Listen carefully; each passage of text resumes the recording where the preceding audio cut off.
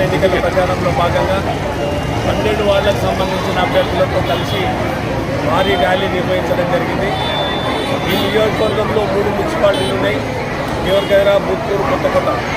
100% ఈ 3 మున్సిపాలిటీలో గులాబీ జెండా ఎగరబోతా ఉంది. ముఖ్య కారణం 2 ఏళ్ల కాంగ్రెస్ పాలనను చూసి అబద్ధాల మీద నడుస్తున్నటువంటి పాలన ప్రజలకు అర్థమైంది.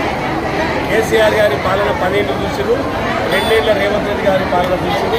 స్పష్టమైన అవగాహనతో ఇలా ప్రజలు ఏదైతే అబద్ధాల హామీలతోటి అధికారంలోకి వచ్చి కూర్చొని గత 2 సంవత్సరాలుగా ఏ ఒక్క పని కూడా చేసిన పరిస్థితి లేదు.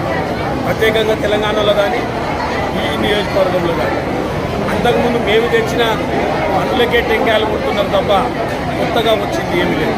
అందుకే ప్రజలు చాలా స్పష్టమైన అవగాహనతో ఉండి కారు గుర్తులు గెలిపేయాలి, కేసీఆర్ గారికి బాధ్యత నిలవాలి, మళ్ళీ కేసీఆర్ గారి నాయకత్వంలో ప్రభుత్వం ఏర్పడాలంటే ఈ మున్సిపల్ ఎన్నికలే గీటురాయిగా ఇలా ప్రజలు భావిస్తూ ఉన్నారు. అందుకే ఇంత గొప్ప స్పందన కూడా కనిపిస్తుంది.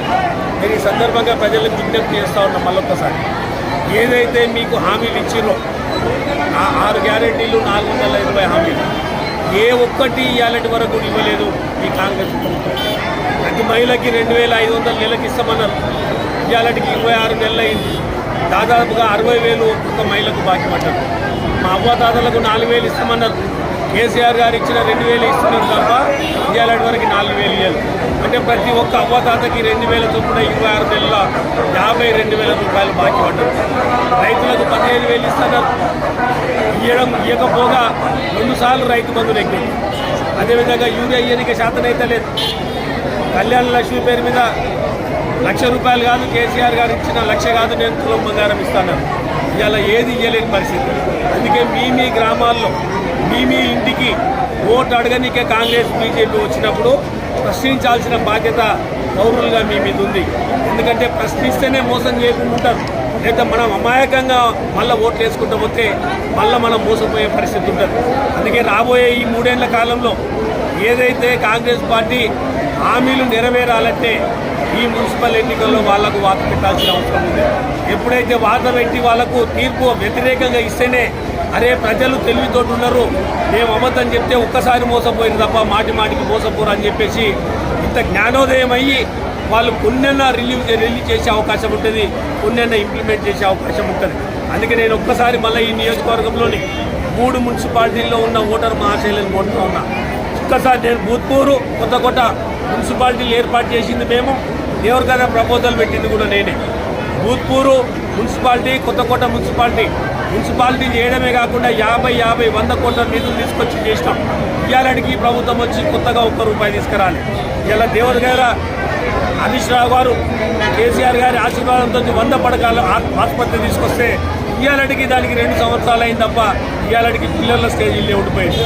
కొత్తకోటలో 50 పడకల ఆసుపత్రి తీసుకొస్తే అది కూడా అంతే పిల్లర్ స్టేజీల్లో ఉంది. 2 ఏళ్ళు అయింది తప్ప ఒక్క అడుగు ముందరికి పడట్లేదు. అందుకే ఈ ప్రభుత్వాన్ని పొద్దు ద్వారా కారు గుర్తు మీద ఓటేసి టీఆర్ఎస్ పార్టీ అభ్యర్థులందరినీ బలపరిచి గెలిపించాల్సిందిగా మరొకసారి ఈ నియోజకవర్గంలోని 3 మున్సిపాలిటీల ఓటర్ మహాశయులందరినీ కోరుతా ఉన్నారు. జై. ఇంకొక విషయం, ఈనాడు పెద్ద ఎత్తున జరుగుతున్నటువంటి ర్యాలీకి స్వాగతం పలికినందుకు మరొకసారి ధన్యవాదాలు తెలియజేస్తా ఉన్నాను. మీ అందరికీ నా గురించి తెలుసు.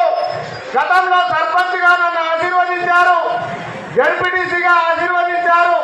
మరి అదేవిధంగా ఏర్పడ్డటువంటి మొట్టమొదటి మున్సిపల్ చైర్మన్గా మా సతీమణిని కూడా మీరందరూ మనస్ఫూర్తిగా ఆశీర్వదించాలని నేను కోరుకుంటా ఉన్నాను. మీ అందరికీ ఇంకొక విషయం చెప్పదలుచుకున్నా. నేను ఇది వేదిక చెప్పాలో చెప్పకూడదో తెలియదు, కానీ సందర్భం వచ్చింది కాబట్టి చెప్తా ఉన్నాను. గత 30 సంవత్సరాలుగా 1996 మొదలుకుంటే 2023 వరకు నేను కాంగ్రెస్ పార్టీలో కొనసాగిన. అనివార్య కారణాల వల్ల ఆ రోజు ఉన్న పార్టీకి వెన్నుపోటు పొడవద్దని టీఆర్ఎస్ పార్టీలో బహిరంగంగా చేరి బీఆర్ఎస్ పక్షాన నేను ఎన్నికల్లో పాల్గొనడం జరిగింది.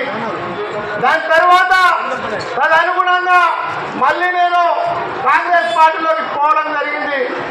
మరి ఈరోజు 30 సంవత్సరాలు నేను చేసినటువంటి కాంగ్రెస్ పార్టీ